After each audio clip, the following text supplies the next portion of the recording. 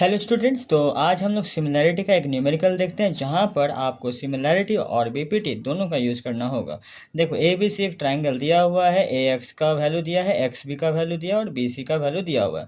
साथ में x Y B C के पैरेलल दिया हुआ है। ठीक है, तो आपको निकालना है ए वाई बाई वाई सी और दूसरा है एक्स वाई, ये जो पैरेलल लाइन है इसका लेंथ निकालना है।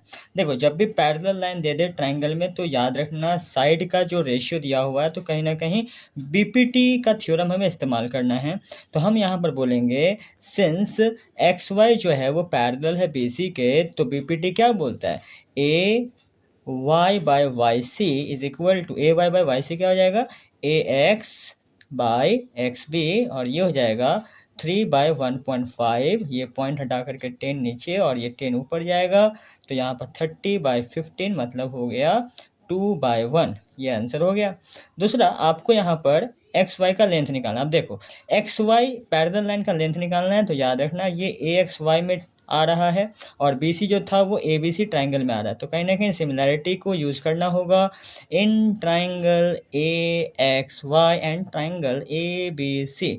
ठीक है, यहाँ पर क्या बोलोगे, देखो एंगल ए जो है दोनों में आ रहा है common, angle A equal to angle A, ये आप कॉमन लिख दोगे। ठीक है, ठीक है, एंगल ये दोनों में आ रहा है। और दूसरा, जब भी दो लाइन आपस में पैरेलल हो तो आपको पता है कि ये वाला एंगल और ये वाला एंगल भी बराबर होगा। क्यों, ये आपका हो गया कॉरेस्पॉन्डिंग एंगल, यानी X equal to angle B और ये हो जाएगा आपका कॉरेस्पॉन्डिंग एंगल। ठीक है, अब याद रखना ये भी देखो, ये y भी और c भी यह कॉरेस्पॉन्डिंग एंगल है, बट हमें तो दो ही एंगल चाहिए था, हो गया।